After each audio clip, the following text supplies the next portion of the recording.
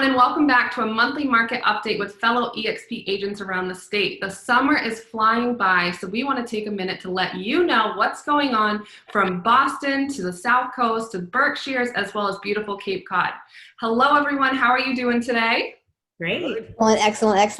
Excellent. So we have fellow eXp agents of Carly Graham in the greater Boston area, Lisa Parenteau on beautiful Cape Cod, and Gerard Meenagh representing Berkshire County, and myself, Kristen Gomes, over on the South Coast. Today we're going to be discussing inventory levels, buyer's fatigue, if houses are still selling over asking, and if you stick around to the end, you'll get some great free tips on how to get your house picture perfect and listing ready for the season. So let's kick things off with Carly. And let's talk about those inventory levels, Carly. Are you seeing more inventory come on? Absolutely. And I think that that's a really important part of the whole equation. And sellers are so used to like, oh, so-and-so got 100 over asking and, X amount of offers.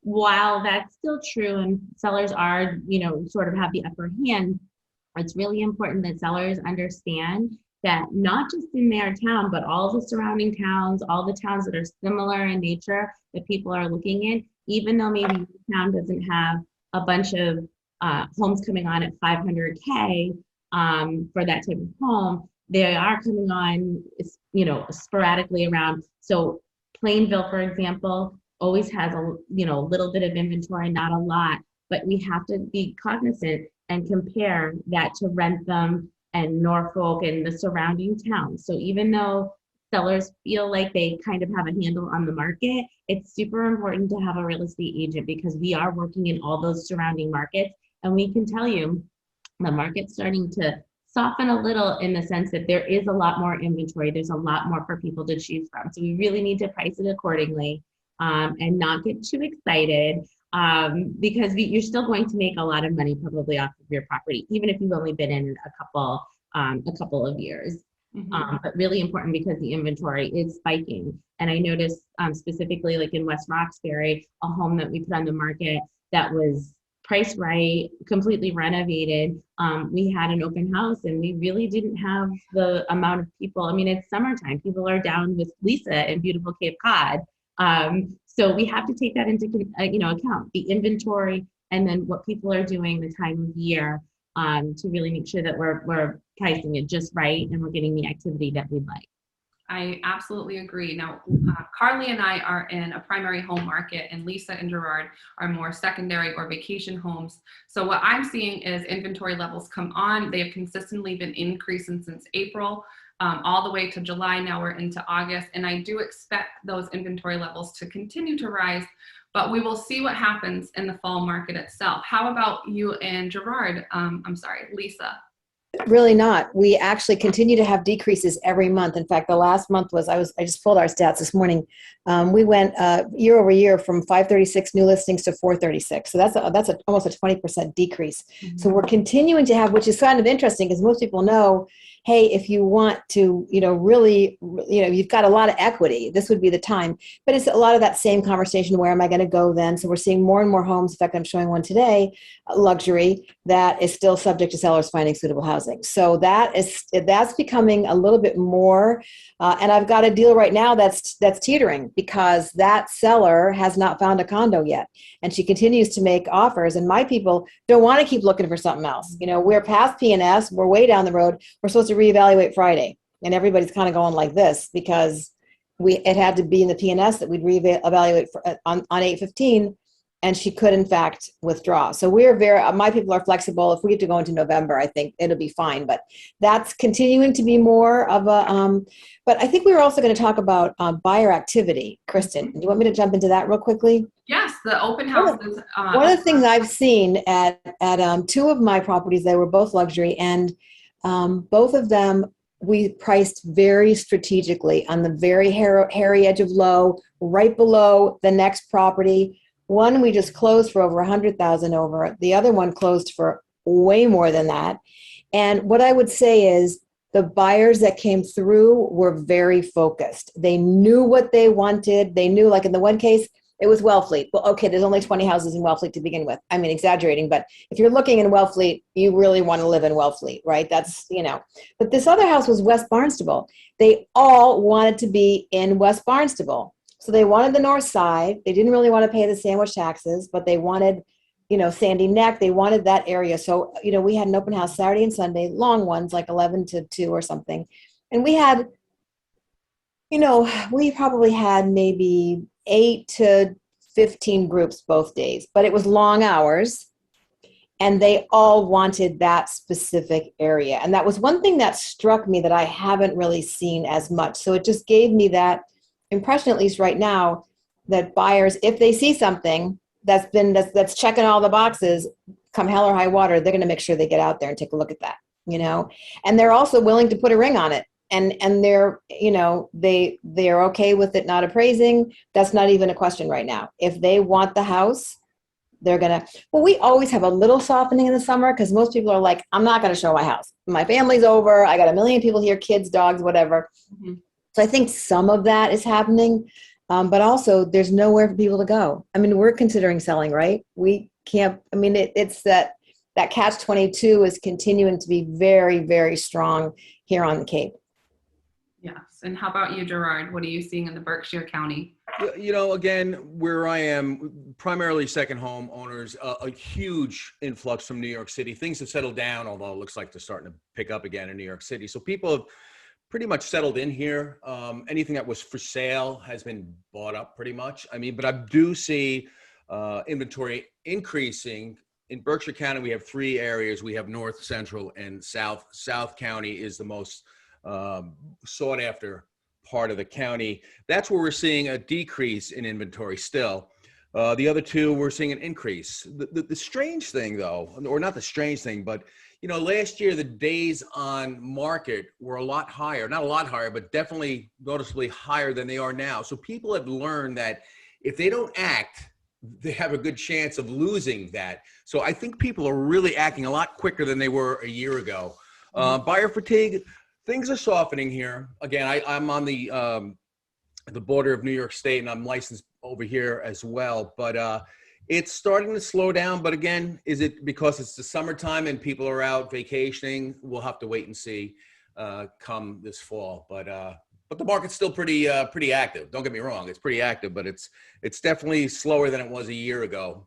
And that's pretty much the report here. Yep. And I think that we can all agree that it is still a strong seller's market. And when we talk about things like buyer's fatigue or the market softening a little bit, it's compared to what we saw in the winter in March and April when the inventories were drastically low for all of our markets, that when buyers came into the market, it was almost like there aren't enough options. So they're all gravitating towards whatever comes up. Now that we're seeing more inventory come on in certain markets, we may see less buyers than what we would have at those open houses because there's other opportunities for them out there. I am seeing slight buyer fatigue, and buyer fatigue really means that buyers that have been in this market searching for a house for however many months, close to a year without getting an offer accepted, have tapped out and they're taking a break and not really keeping an eye on the market as they would to find their next home. But that really creates opportunities for the buyers that are sticking with it and the agents that are working with the buyers that are sticking with it. And days on market is still sitting around 30 days for the South Coast. Inventories are increasing, but sale price versus list price versus sale price, a lot of houses are still going over asking. Are they going over asking 50,000, 60,000 or more? It really depends on the house itself. I do anticipate this market to stay strong throughout the remainder of the year. Now, what can you tell me about your market? Are you anticipating the same? We'll start with Carly. I do. I think it's going to remain strong. I don't see that it's going to have like a huge dip. But to your point, Kristen, the buyers that have said, okay, I've had enough, having 7 offers rejected, which is like kind of the par for the course right now. They're done looking, and now's the opportunity for the other buyers that are still going at it to really kind of pull it all together. And if they, like Lisa said, people go in, they know what they want. If you know what you want and you know you have to put your best foot forward, now's the time, because instead of 28 offers, I'm seeing 7 offers for a property. So I think that that's a big jump. And now's the opportunity for those buyers to really get in and maximize still low interest rate. And while there's more inventory, we're still lagging behind in terms of, year over year, what our inventory usually looks like. Mm-hmm. So we have discussed in previous videos tips on how to get your house ready for the summer, for each season, and listing is so important. It doesn't matter how hot the market is, the preparation for getting your house ready to list remains the same. Whether it's professional photography, videography, whatever it is, the steps that we give our sellers are key for a successful sale.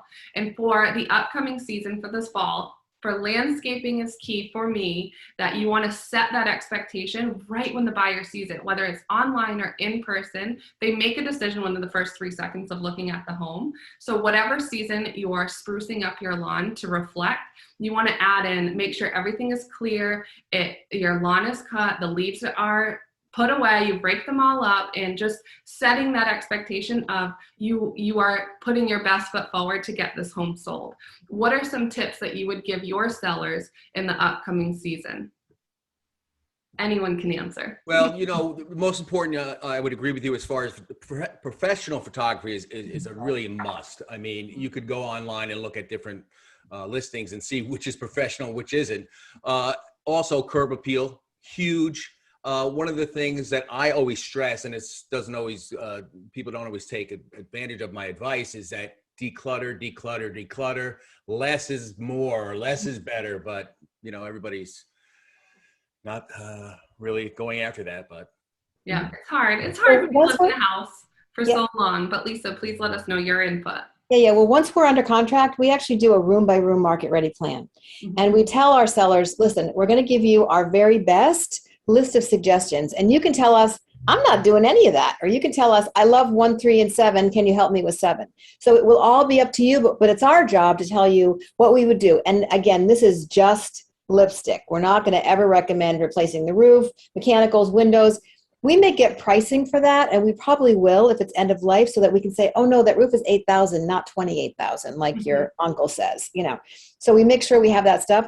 But one of the things I think I would continue to caution about, well, in this market, it's not as applicable, but to not get too super seasonal with the decorations that you have, because it does date the property one way or the other. I mean, I do think we should start to put out mums. Mm-hmm. Once it get past into, Labor Day. I did see them at a store yesterday. I was like, no, I can't see mums yet. But, that, I mean, in terms of curb appeal, but in terms of the house, kind of all that happy Halloween. And I don't know. I think that really can tend to date. So all of that more personal and seasonal, holiday-ish kind of stuff, I would recommend not using, so you don't date your photos. And how about you, Carly?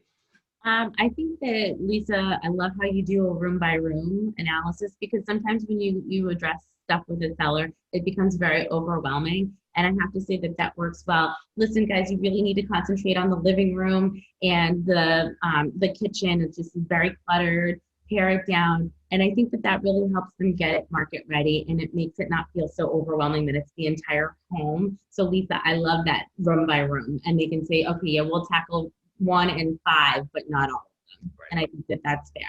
That helps. Absolutely. So today we have discussed a number of hot topics, including the inventory, buyer's fatigue, houses going over, and some of those awesome tips that we've all provided for each of our specific markets. I want to thank you all for coming on this call, and I hope to see you all on the next video. Thanks, guys. Bye. Thank you. Have a great rest of the summer.